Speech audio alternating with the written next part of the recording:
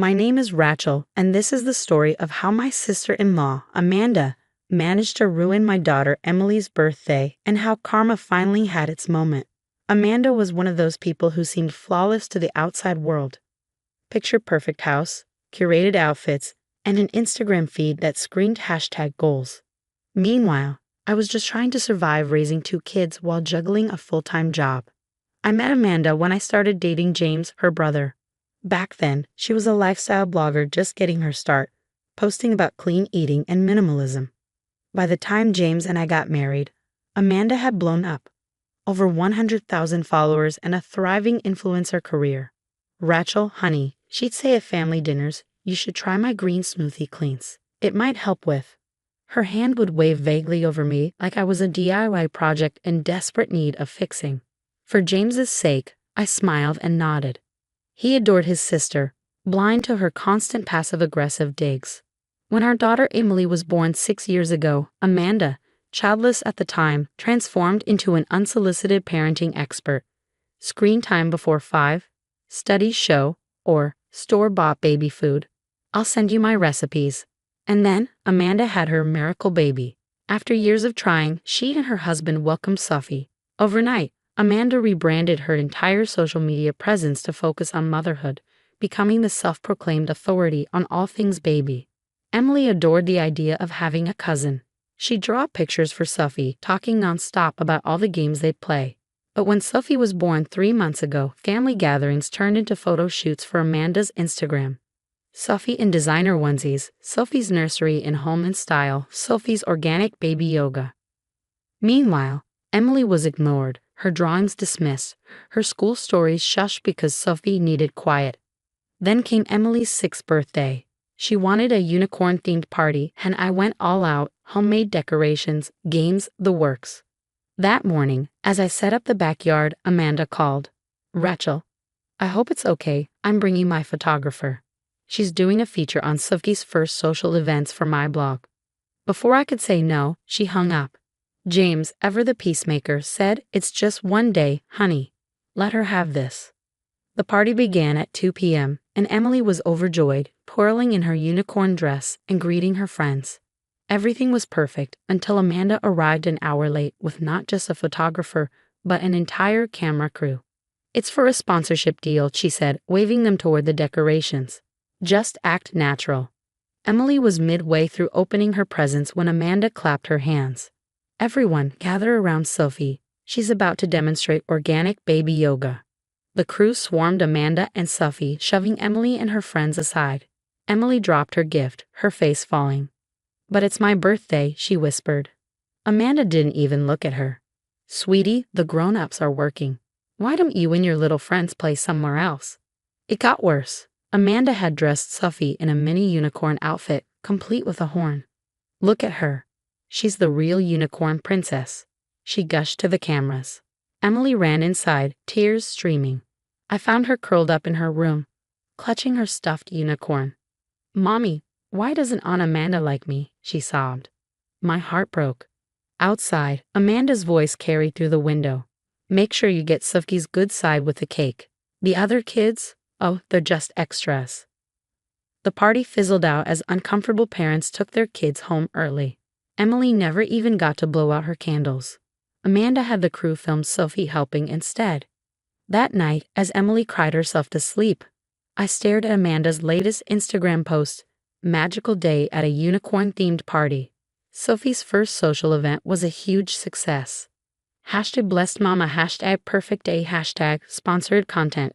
The comments were pouring in. Amazing mom. Sophie is the cutest. What a beautiful party. I was about to close my laptop when a message popped up. It was from someone named Maria.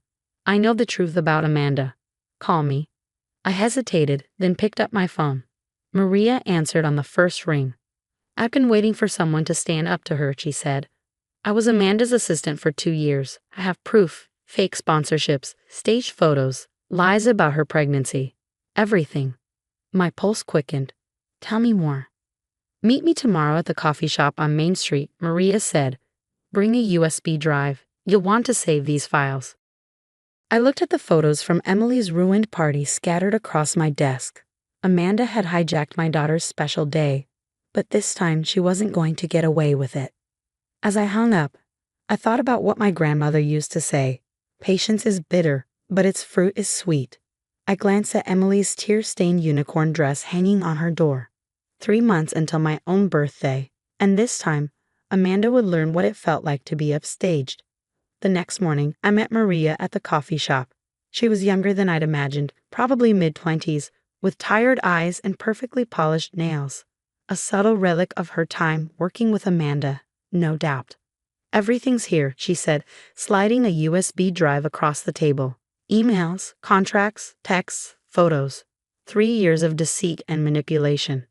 That night, after putting Emily to bed, I plugged the USB drive into my laptop and began sifting through the files. What I uncovered left me seething. Amanda's picture-perfect life was a meticulously crafted illusion. Her blog? A patchwork of fabricated product reviews for things she never used. Her miracle pregnancy. Amanda had used a surrogate, silenced with a non-disclosure agreement, while maintaining the charade of carrying Sophie herself. Even her marriage to Tom wasn't what it seemed. Email exchanges revealed their partnership was more of a business transaction than a relationship. But the most infuriating discovery lay in a folder titled Family Events. It contained detailed plans for every family gathering, including Emily's birthday party. Amanda hadn't just hijacked the day on a whim. She had orchestrated the entire fiasco. From the camera crew's arrival to the moment she pushed Emily aside for Sophie's debut. The next week, I meticulously compiled the evidence. Screenshots, videos, email chains. Everything was carefully arranged, with annotations and timestamps. All while Amanda remained blissfully unaware, busy flaunting her fabricated life online. When I announced my plans for a grand birthday celebration, James looked surprised.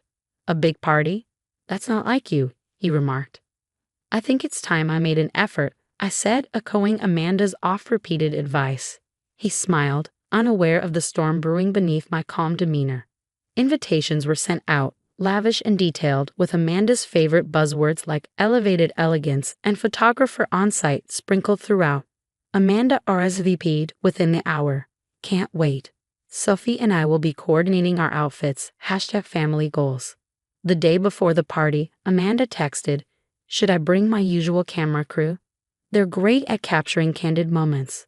"Thanks, but I've already hired someone," I replied sweetly. The party was set for 7 p.m.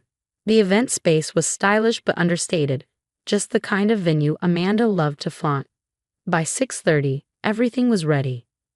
Guests mingled, and Amanda arrived on time, Sophie dressed in a miniature version of her designer gown. "Rachel, darling," Amanda greeted, air kissing my cheeks.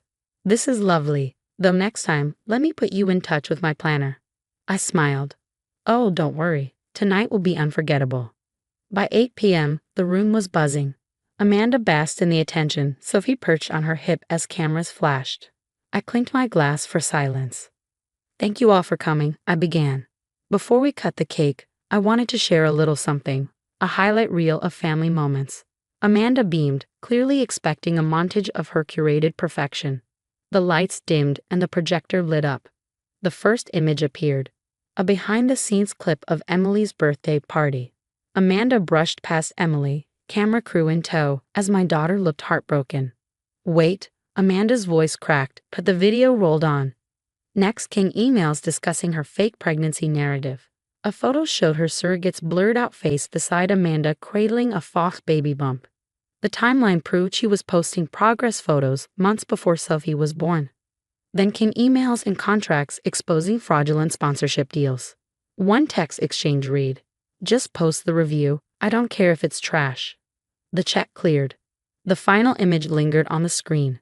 Emily on her birthday, clutching her unicorn, tears streaming down her face.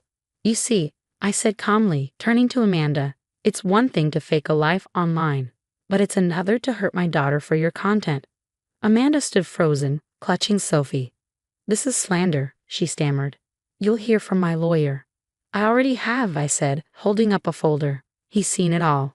Tax evasion, fraudulent contracts, NDAs. You might want to call him about that." The room buzzed with murmurs. Phones were out, recording every moment. Amanda's audience, her precious sponsors and followers, saw everything. Her mask had slipped, and there was no going back. "Happy birthday to me," I said, raising my glass as Amanda bolted for the door. The fallout was swift. Amanda's Instagram vanished within hours. Sponsors released statements cutting ties. Her blog domain redirected to an error page. The empire she'd built on lies crumbled overnight. The next morning, Emily climbed onto my lap as I scrolled through the aftermath. "Mommy, is Aunt Amanda gone?" I hugged her close. "Sometimes people pretend to be something they're not, sweetie, but the truth always comes out." Emily thought for a moment. "Like in The Little Mermaid, when Ursula got caught being mean." "Exactly," I said, brushing her hair back. "Can we have a unicorn party again? Just us?" I kissed her forehead. "That sounds perfect." And it was. A week after my birthday party revelation, the ripple effects of Amanda's downfall were still spreading through the family. Her sponsors were demanding refunds, accusing her of violating contracts. The glossy lifestyle magazine that had showcased Sophie's designer nursery quietly pulled the feature, while her organic baby food endorsement disappeared overnight. The empire Amanda had so meticulously built had crumbled in mere days. I hadn't heard from Amanda directly, but the family grapevine was alive with updates. She'd moved in with her parents, claiming she needed time to heal during this unjust ordeal. Tom, her husband, had already packed his bags and left, no longer interested in keeping up appearances now that the spotlight was off. James, on the other hand, was grappling with the weight of the revelations. One night, as we sat in the living room, he sighed. "I can't wrap my head around it. She faked the whole pregnancy. Every photo, every story. I helped put together that nursery. Was any of it real?" Emily, surprisingly, was the one who seemed to handle it best. One evening, she climbed onto my lap and asked, "Can Sophie still come play sometimes?" Even if Aunt Amanda wasn't nice, Sophie didn't do anything wrong, right? Her words struck a chord. In all of this, I focused so much on exposing Amanda's lies that I hadn't fully thought about Sophie, a little girl who had been nothing more than a prop in her mother's performance, but still an innocent child who didn't deserve to pay the price. Then, just as things were beginning to calm, Maria sent me a text. "Amanda's planning a comeback. She says you twisted everything and made her the villain. She's writing a tell-all post and claims she has proof you've been jealous of her for years." I wasn't concerned. I still have the USB drive with all the evidence, but I was exhausted by the drama, the lies, and the constant cycle of confrontation. So I made a decision to take a different approach. I posted a simple message on my quiet, rarely used social media account. Family isn't about picture-perfect moments or curated content. It's about love, honesty, and protecting those who can't protect themselves. Emily and Sophie deserve better than to grow up in a world of lies. This ends here. I attached one photo, nothing damning, nothing dramatic. Just a candid shot of Emily and Sophie at a family picnic months ago, laughing together in the grass. Two little girls, unburdened by the chaos of adulthood, simply enjoying each other's company. The response was swift and decisive. Amanda's remaining supporters fell silent, and her planned comeback fizzled out before it even began. Sometimes, all it takes to cut through the noise is a quiet truth. 3 months later, life looks different. Amanda has started therapy, real therapy this time, not the kind she used to promote for likes. She's living in a modest apartment and working a regular job. Sophie spends weekends with us now, and Emily loves teaching her about unicorns and hosting tea parties. Last week, I received a letter from Amanda. No fancy stationery, no flawless handwriting. Just plain words on plain paper.